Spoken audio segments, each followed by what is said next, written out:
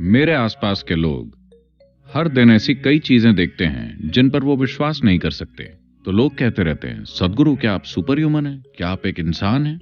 मैं उन्हें याद दिलाता हूं, This is not about being superhuman. This is about realizing being human is super. ये सुपर ह्यूमन बनने के बारे में नहीं है, बल्कि ये समझने के बारे में है कि ह्यूमन होना ही सुपर है। अब मैं आपको एक कहानी सुनाता हूं। एक आदमी में आध्यात्मिक प्यास जाग उठी। उन दिनों जब आध्यात्मिक प्यास जागती थी तो लोग जंगल में चले जाते थे। तो वो जंगल चला गया और उसने बैठकर ध्यान करने के लिए एक अच्छी सी चट्टान ढूंढ ली। वो बैठ गया और फिर उसने देखा कि कुछ ही दूरी पर एक लोमड़ी थी। उसके सामने के दोनों पैर कटे हुए थे। लोमड़ी अपंग थी। शायद किसी शिकारी के जाल में फंसकर उसकी दोनों टांगें कट गई थीं। प्रकृति किसी भी प्रकार की असमर्थता पर दया नहीं दिखाती। असमर्थ लोगों की मदद करना ये काम सिर्फ ये इंसानी समाज की खासियत है। प्रकृति में अगर आप अपना भोजन नहीं जुटा सकते तो आप गए काम से। तो यहां एक लोमड़ी थी जिसके आगे की दोनों टांगें कटी हुई थी, लेकिन दिखने में वो स्वस्थ और हट्टी कट्टी लग रही थी। उसने ये देखा और वो सोचने लगा कि पैरों के बिना ये लोमड़ी अपना काम कैसे चला रही है। फिर वो बैठ गया। उसे ध्यान लगाना था। उसने जाप शुरू किया। ओम ओम ओम कुछ समय तक चलता रहा। जब शाम हुई उसे एक शेर के गुर्राने की आवाज सुनाई दी। जैसे ही उसने गर्र की आवाज सुनी, ओम गायब हो गया और वो एक पेड़ पर चढ़कर बैठ गया।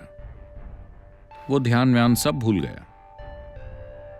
फिर शेर अपने मुंह में मांस का एक टुकड़ा दबाए आया और वो टुकड़ा उसने उस अपंग लोमड़ी के सामने रख दिया।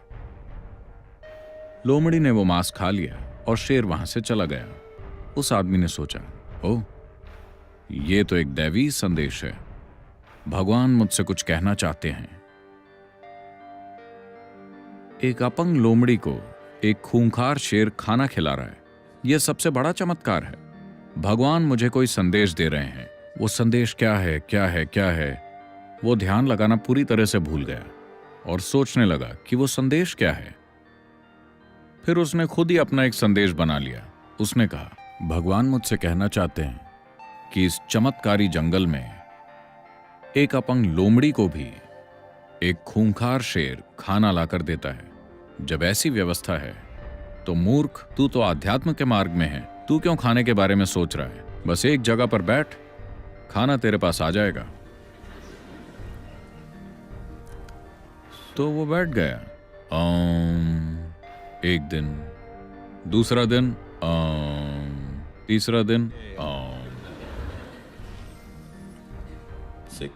छठवें सातवें दिन तक वो जिंदा रहने के लिए तड़पने लगा।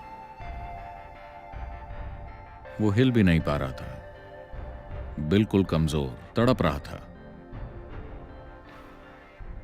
लगभग मरने जैसी हालत थी। उस रास्ते से एक योगी गुजर रहे थे। उन्होंने वो आवाजें सुनी। वो उसके पास आए और पूछा, क्या हुआ? तुम्हारी ये हालत कैसे हो गई? आदमी बोला, ओह महान योगी, मुझे एक दैवी संदेश मिला था। मैंने उसका पालन किया और ऐसा हो गया। योगी ने पूछा, क्या हुआ था?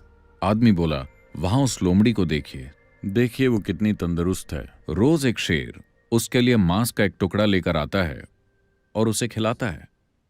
आपको नहीं लगता कि यह दैवी संदेश है? बताइए, क्या यह सच में दैवी संदेश है? योगी ने कहा, निश्चित रूप से यह एक दैवी संदेश है। लेकिन तुमने एक दयालु शेर के बजाय एक अपंग लोमड़ी की नकल करना क्यों चुना?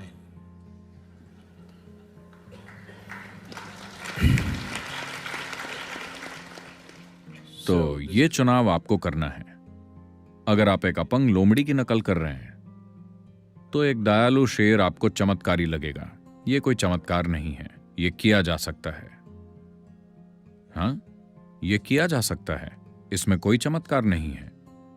लेकिन इसे देखने के दो तरीके हैं। एक तो यह कि सब कुछ चमत्कार है। अच्छा बताइए, आप जमीन में गंदगी डालते हैं और पेड़ से आम निकल आते हैं, मीठे आम। गंदगी और आमों की मिठास, क्या वो दोनों एक ही चीज है? वो एक ही हैं, है कि नहीं? क्या वो दोनों एक नहीं है? जो खाना आप खाते हैं और अगले दिन टॉयलेट में जो आप करते हैं, वो एक ही है कि नहीं? हाँ या ना? अगर कल आप उस गंदगी को खेत में डालेंगे तो फिर से वो आपका खाना बन जाएगी, है कि नहीं? दोनों एक ही हैं, लेकिन क्या आप दोनों के साथ एक सा बर्ताव कर सकते हैं? नहीं। आपके पास ये समझ होनी चाहिए कि कैसा बर्ताव करें, लेकिन हैं वो दोनों एक ही, है ना? हाँ या ना? हर चीज एक चमत्कार है। ये जिंदगी को देखने का एक तरीका है। जिंदगी को देखने का दूसरा तरीका यह है कि कुछ भी चमत्कार नहीं है, सब कुछ कारण और परिणाम के बीच हो रहा है। अगर आपकी दृष्टि इतनी सीमित है कि आप कारण को नहीं देख पा रहे, आपको सिर्फ परिणाम ही दिखाई दे रहा है, तो फिर ऐसा ही होगा। अगर आप कारण और परिणाम दोनों को देख सकते हैं तो सब कुछ समझाया जा सकता है, सब कुछ दोहराया जा सकता है, सब कुछ संभव बनाया जा सकता है। अब मैं एक ऐसी तकनीक के बारे में बात कर रहा हूं जो आपको एक चमत्कार बना देगी, लेकिन वो कोई चमत्कार नहीं है। सारी तकनीकें चमत्कार जैसी लगती हैं, है ना? कोई भी चीज जो आपको समझ नहीं आती वो आपके लिए एक चमत्कार है ना? हाँ, कोई भी चीज जिसे आप नहीं समझ पाते वो आपके लिए एक चमत्कार है। अभी मैं अपनी जेब से एक चीज निकालूंगा, ये बस प्लास्टिक और मेटल से बनी है, और मैं ऐसा करके भारत, अमेरिका या कहीं भी मौजूद किसी व्यक्ति से बात करूंगा। यह चमत्कार है कि नहीं? समस्या यह है कि आप सभी के पास है। अगर ये केवल मेरे पास होता, अगर मेरे पास 1000 साल पहले सेलफोन होता, तो मैं भगवान बन चुका होता, लेकिन ये मेरे पास बहुत देर से आया। अगर 1000 साल पहले मेरे पास एक लाइट बल्ब होता तो मैं भगवान बन सकता था, लेकिन वो मुझे बहुत देर से मिला।